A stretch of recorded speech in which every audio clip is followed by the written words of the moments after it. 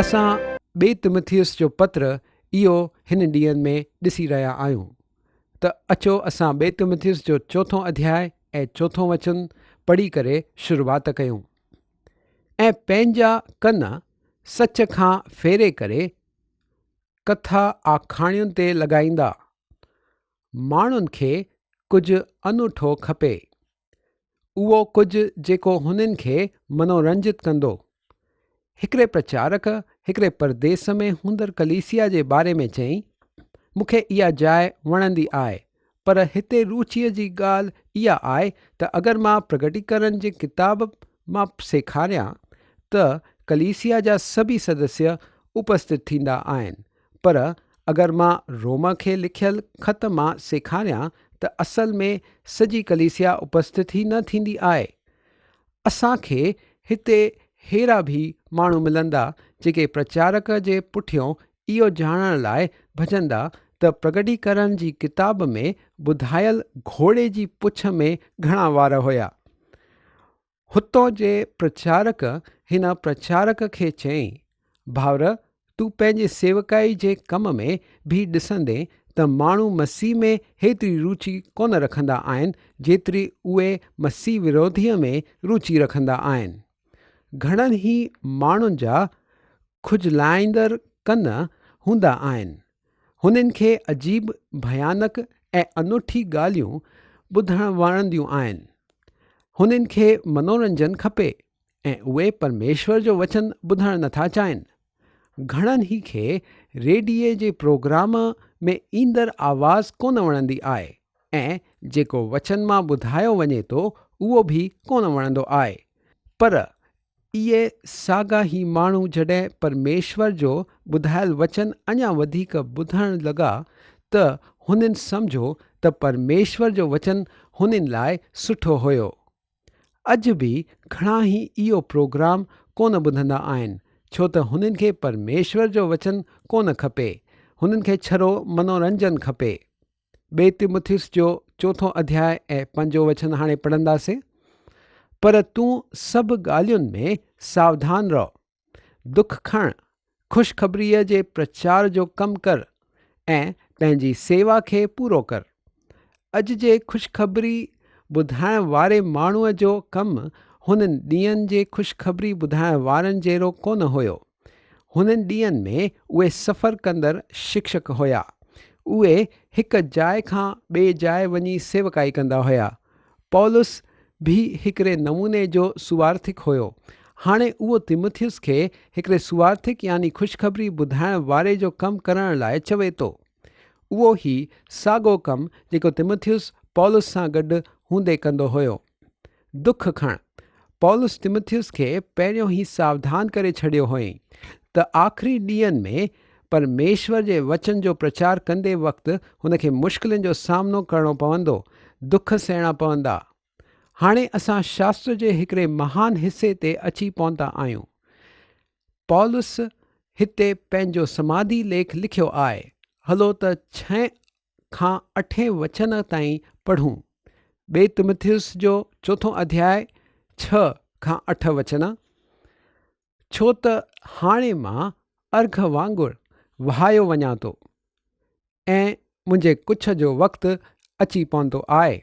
मां सुठी कुश्ती लड़ी चुको आहियां, मां पंहिंजी दौड़ पूरी करे छॾी आहे, मां विश्वास जी रखवाली कई आहे। भविष्य में मुंहिंजे लाइ धर्म जो उहो मुकुट रखियलु आहे जंहिंखे प्रभु जेको धर्मी ऐं न्यायी आहे मूंखे ॾेई छॾंदो, ऐं मूंखे ई न पर हुननि सभिनी खे भी जेके हुन जे प्रगट थियण खे प्रिय ॼाणींदा आहिनि। छो त हाणे मां अर्घ वांगुरु वहायो वञा थो। अगरि तव्हां रोम जे फांसी ॾियारण वारे कमरे में वञो आ त तव्हां हिकिड़ो खून सां लथपथ तमाशो ॾिसो आहे। ॾाढी सिधी ॻाल्हि आहे। इहो तमाशो ॾिसण ई सां हालत ख़राब थी वेंदी आहे।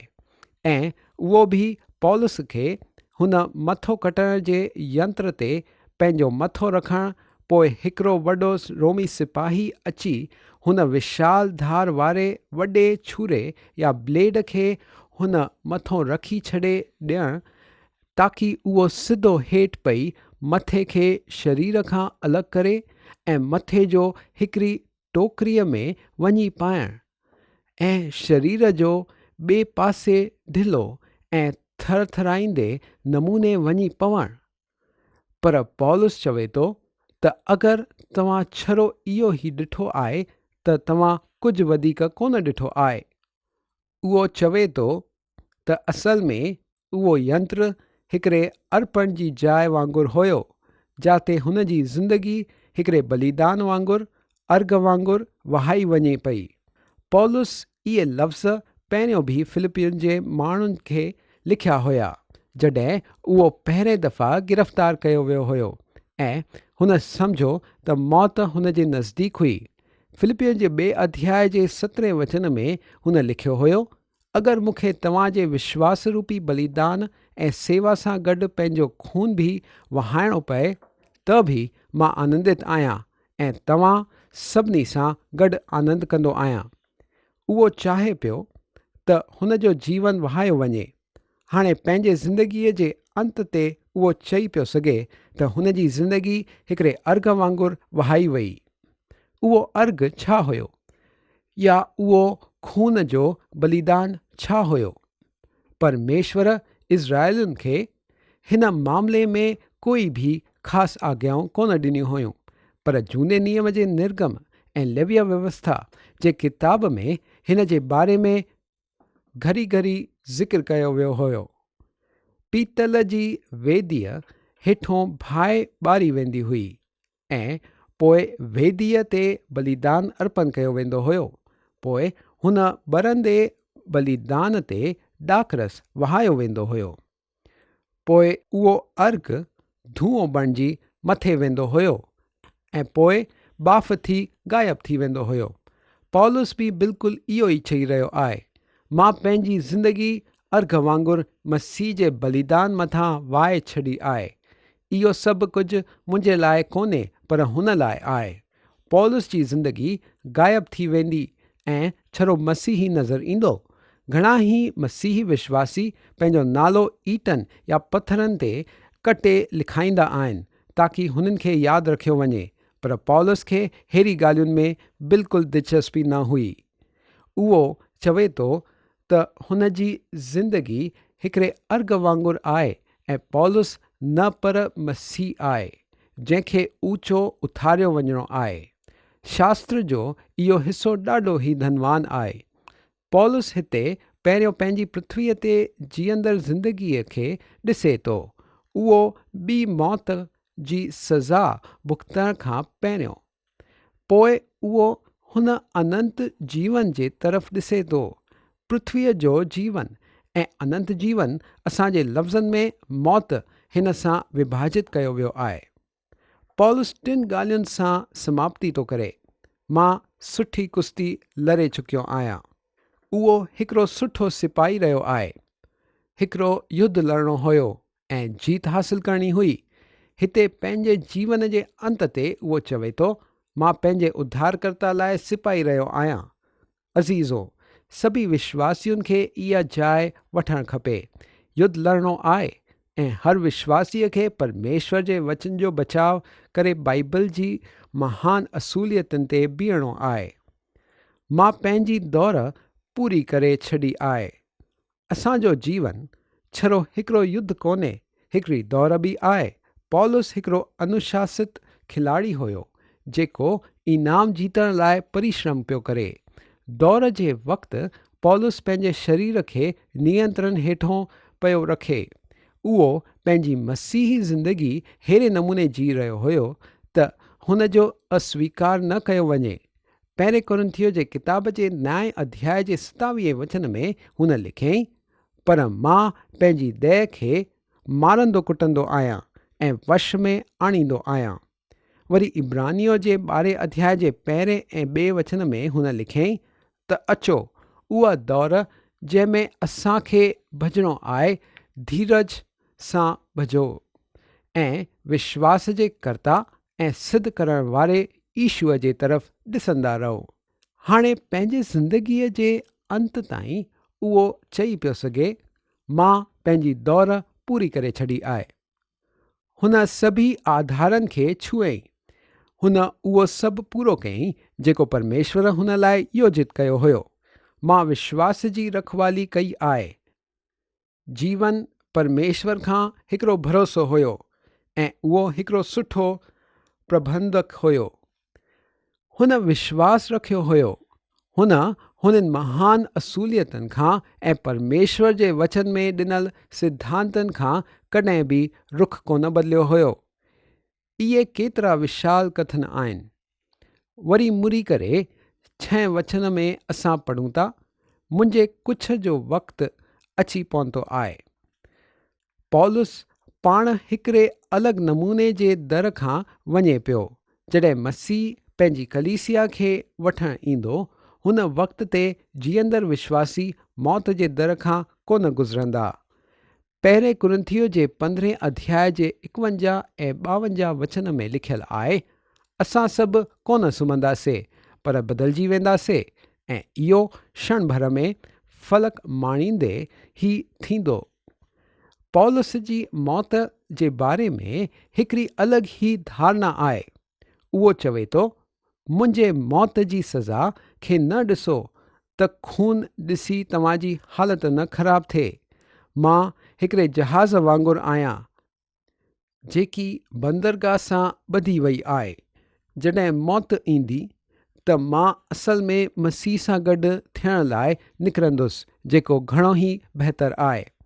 8 वचन में लिखियलु आहे, भविष्य में मुंहिंजे लाइ धर्म जो उहो मुकुट रखियलु आहे, जंहिंखे प्रभु जेको धर्मी ऐं न्यायी आहे मूंखे ॾेई छॾींदो। इहो असांखे हुन रचनात्मक पासे ते खणी थो अचे। पौलुस भविष्य जो इंतज़ारु करे रहियो आहे। उहो धर्म जो या नैतिकता जो मुकुट जी अपेक्षा करे रहियो आहे। उहो मुकुट हिकिड़ो इनाम आहे ऐं उहो कंहिं ॾींहुं उहो इनाम पाईंदो। मूंखे नथो लॻे त अञा ताईं हुनखे उहो इनाम मिलियो हूंदो, पर जंहिं ॾींहुं प्रभु इनाम बाटींदो त पौलुस खे पंहिंजो इनाम ज़रूरु मिलंदो। नए नियम में अहिड़े घणनि ई मुकुटनि जे बारे में ज़िक्र कयो वियो आहे। पहिरें कुरिन्थियो जे न्याय अध्याय जे 24 ऐं 25 वचन में पढ़ूं था, छा तव्हां कोन ॼाणो था त दौर में त दौड़ंदा सभु आहिनि, पर इनाम हिकु ई वठी वेंदो आहे। तव्हां उअं ई ॾुको त जीतियो। हर हिकु पहलवान सभु नमूननि जो संयम कंदो आहे। उहे त हिकु मुरझाइण वारे मुकुट खे पाइण जे लाइ इहो सभु कंदा आहिनि, पर असां त हुन मुकुट जे लाइ कंदा आहियूं जेको मुरझाइण वारो कोन्हे। इहो त हिकिड़े खिलाड़ीअ जो उहो मुकुट आहे जेको उहो जीवन जी पटरीअ ते जीते करे पाए थो।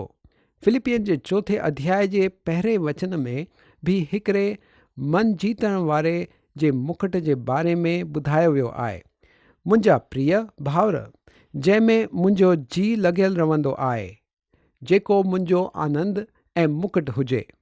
मुकुट हुन खे ॾिनो वेंदो आहे जेको प्रभुअ वटि माण्हुनि खे आणण में भाग वठे, ऐं हिन में कोई शक कोन्हे त पौलुस खे घणा ई मुकुट मिलंदा।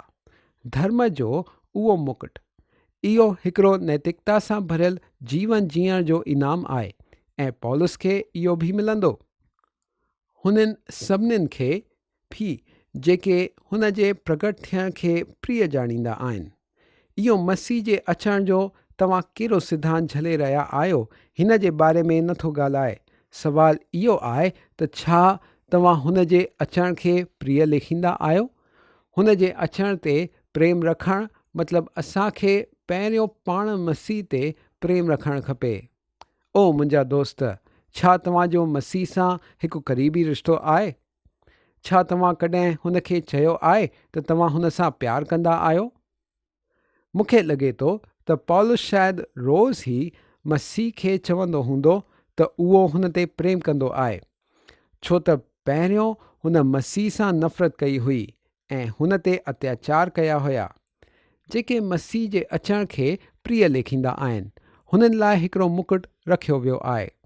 मां उहो मुकुट पाइणु चाहींदुसि ऐं शायदि उहो ॿियनि खां वधीक चमकंदो। हाणे ताईं असां पौलुस जा जीत सां भरियल वचन पढ़िया, पर अॻिते असां ॾिसूं था त पौलुस पंहिंजूं हालतुनि खे बि मुंहुं ॾिए थो। 2 तिमुथियुस जो 4 अध्याय ऐं 9 वचन, मुंहिंजे वटि जल्दी अचण जी कोशिश कर। पौलुस हीअं छो चई रहियो आहे? छो त उहो अकेलोपन थो महसूस करे। अॻिते वधंदे 9 वचन पढ़ंदासीं, छो त देमास हिन संसार खे प्रिय ॼाणे मूंखे छॾे ॾिनई ऐं थिस्सलुनीका हली वियो आहे। क्रेसेंस गलातिया ऐं तीतुस दलमतिया खे हली वियो आहे। देमस हली वियो, उहो हुतां गरमाइश कोन सही सघियो। इन्हीअ करे उहो पौलुस खे छॾे थिस्सलुनीका हली वियो, जेका हुतां खां ॾाढी परे हुई। तीतुस दलमतिया वियो।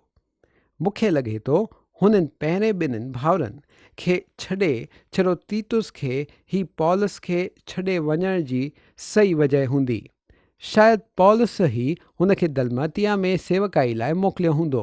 11 वचन, छड़ो लूका मूंसां गॾु आहे, मरकुस खे वठी हलियो अचु, छो त सेवा जे लाइ उहो मुंहिंजे ॾाढे कम जो आहे। असांखे हिते साफ़ नज़र थो अचे त अंत ताईं हुन जो पुरानो दोस्त लूका हुन सां गॾु रहियो। मरकुस खे वठी हलियो अचु। यादि कयो त पौलुस मरकुस खे पंहिंजे सेवकाई जे ॿिए यात्रा ते कोन पियो वठी वञे ऐं हाणे उहो चई सघे पियो त मरकुस हुन लाइ सेवकाई में ॾाढे ई कम जो आहे। ऐं मूंखे ख़ुशी थी थिए त पंहिंजे आख़िरी लफ़्ज़नि में पौलुस इहा ॻाल्हि चयईं। हाणे 12 वचन पढ़ंदासीं, तुखिकुस खे मां एफिसुस मोकिलियो आहे। तुखिकुस एफिसुस जी कलीसिया जो पालक हुयो, हिन करे पौलुस हुन खे वापसि मोकिलियईं। पालक हूंदे उहो पंहिंजो वक़्तु रोम में वधीक न पियो विधाए सघे। हाणे ध्यानु ॾियो त अॻिलो वचन कुझु प्रगट थो करे। 2 तिमुथियुस जो 4 अध्याय ऐं 13 वचन, जेको बागो मां त्रोअस में करपूस जे हिते छॾे आयो आहियां, जॾहिं तूं अचे त उहो ऐं किताबूं ख़ासि करे चर्म पत्रनि खे खणंदो अचिजांइ। पौलुस पंहिंजो उहो कोट थो घुरे जेको उहो त्रुअस में विसरी आयो हुयो। हिन में पौलुस जो कुझु दुख प्रगट थी रहियो आहे। हिकिड़े प्रचारक ॿुधाई त हुन उहा क़ैद ॾिठी जाते पौलुस हुयो ऐं गर्मीअ जे महीने में उल्टो हुते ॾाढी थधि हूंदी हुई। हिते हिकिड़ी शारीरिक ज़रूरत लाइ बिनती आहे ऐं किताबूं ख़ासि करे चर्म पत्रनि खे खणंदो अचिजांइ। पौलुस खे पढ़ण लाइ कुझु खपंदो हुयो, हुन जे मन लाइ कुझु खपंदो हुयो। 14 वचन, सिकंदर ठठेरे मूंसां घणो बुरो कयईं, प्रभु हुन खे हुन जे कमनि जे अनुसार बदिलो ॾींदो। प्रभुअ जो इनाम सिकंदर जी अपेक्षा अनुसार कोन हूंदो। मूंखे पक आहे त जेको हुन पौलुस सां कयो हुन जे अनुसार परमेश्वर हुन जो न्याय कंदो। 15 वचन, तूं बि हुन खां सावधान रहो, छो त हुन असांजी ॻाल्हियुनि जो घणो ई विरोध कयो आहे। पौलुस तिमुथियुस खे सिकंदर जे मामले में सावधान रहण लाइ चई रहियो आहे। उहो अहिड़नि माण्हुनि मां हुयो जेको साम्हूं मिठी ॻाल्हियूं कंदा आहिनि ऐं मुंहुं फेरींदे ई पुठ में छुरो चुबींदा आहिनि। हेरनि खां सावधान रहो। 16 वचन, मुंहिंजे पहिरें प्रतिवाद जे वक़्तु कंहिं बि मुंहिंजो साथ कोन ॾिनो, वरन सभिनी मूंखे छॾे ॾिनो हुयो। भलो थिए त हिन जो हुननि खे लेख न ॾियणो पए। पौलुस शायदि पंहिंजी पहिरीं सुनवाई जे बारे में ॿुधाए रहियो आहे जॾहिं हुन जी आख़िरी कार्रवाई ॿुधाई वई, या त इहा उहा कार्रवाई हूंदी जेका हुन वक़्त खां 3 साल पहिरियों रोम में थी हुई। पौलुस तॾहिं अकेलो हुयो। 17 वचन पढ़ंदासीं, पर प्रभु मुंहिंजो मददगार रहियो ऐं मूंखे सामर्थ ॾिनई ताकी मुंहिंजे द्वारा पूरो पूरो प्रचार थिए ऐं सभी अन्य जातियूं वारा ॿुधी वठनि। मां शींहं जे मुंहं मां छॾायो वियुसि। पौलुस खे शरीर लाइ कोट, मन लाइ किताब ऐं हाणे आत्मा में कुझु घुर्ज हुई। प्रभु मुंहिंजो मददगार रहियो। असां चाहे क़ैद में रहियूं या क़ैद जे ॿाहिरि, असांखे हिननि 3 भागनि में घुर्ज हूंदी आहे ऐं इहो चवणु अद्भुत आहे, प्रभु मूंसां गॾु आहे। मां शींहं जे मुंहं मां छॾायो वियुसि। हुन वक़्त ते पौलुस खे जीवन दान ॾिनो वियो हुयो। 18 वचन, ऐं प्रभु मूंखे हर हिकु बुरे कम खां छॾाईंदो ऐं पंहिंजे स्वर्गीय राज्य में सुरक्षित पहुचाईंदो। हुन जी ही महिमा युगायुग थींदी रहे। आमीन। पौलुस खे ख़बर हुई त उहो स्वर्ग पहुचायो वेंदो। अॻिते पौलुस कुझु दोस्तनि जो ज़िक्र करे ख़त पूरो थो करे। 19 खां 22 वचन, प्रिस्का ऐं अक्विला खे ऐं उनेसिफुरुस जे घराने खे सलाम। इरास्तुस कुरिन्थुस में रहिजी वियो ऐं तुफिमुस खे मां मिलेतुस में बीमार छॾियो आहे। जाड़े खां पहिरियों हली अचण जी कोशिश कर। यूबुलुस ऐं पुदेंस ऐं लीनुस ऐं क्लोदिया ऐं सभी भाउरनि जो तुखे अभिवादन। प्रभु तुंहिंजी आत्मा सां गॾु रहे। तव्हां ते अनुग्रह थींदो रहे। आमीन। ध्यानु ॾियो त उहो वरी सां तिमुथियुस खे अचण जो आग्रह थो करे ऐं थधि खां पहिरियों अचण लाइ थो चवे। हिते प्रेरित पौलुस जो विशाल गीत समाप्त थो थिए।